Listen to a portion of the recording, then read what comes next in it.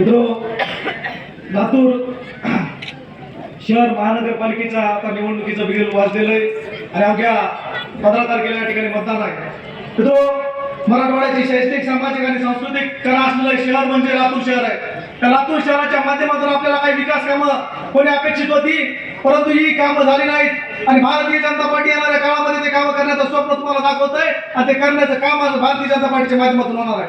मित्र, भारतीय जनता पार्टीनं तुम्हाला काय दिलं असं म्हणत असताल तर लाडकी बहीण योजना दिली का नाही? लाडकी बहीण योजना तुम्हाला निश्चित पद्धतीने लाडकी बहीण योजना दिली. लाडक्या बहिणीच्या खात्यामध्ये 1500 रुपये देण्याचं काम झालं आणि या महिलांना मोठा आधार त्या ठिकाणी भेटला.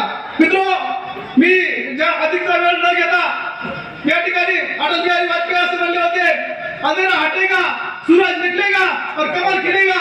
निश्चित पद्धतीने या ठिकाणी कमळ उगवणार आहे आणि या कमळाचे साक्षीदार तुम्ही होणार आहात.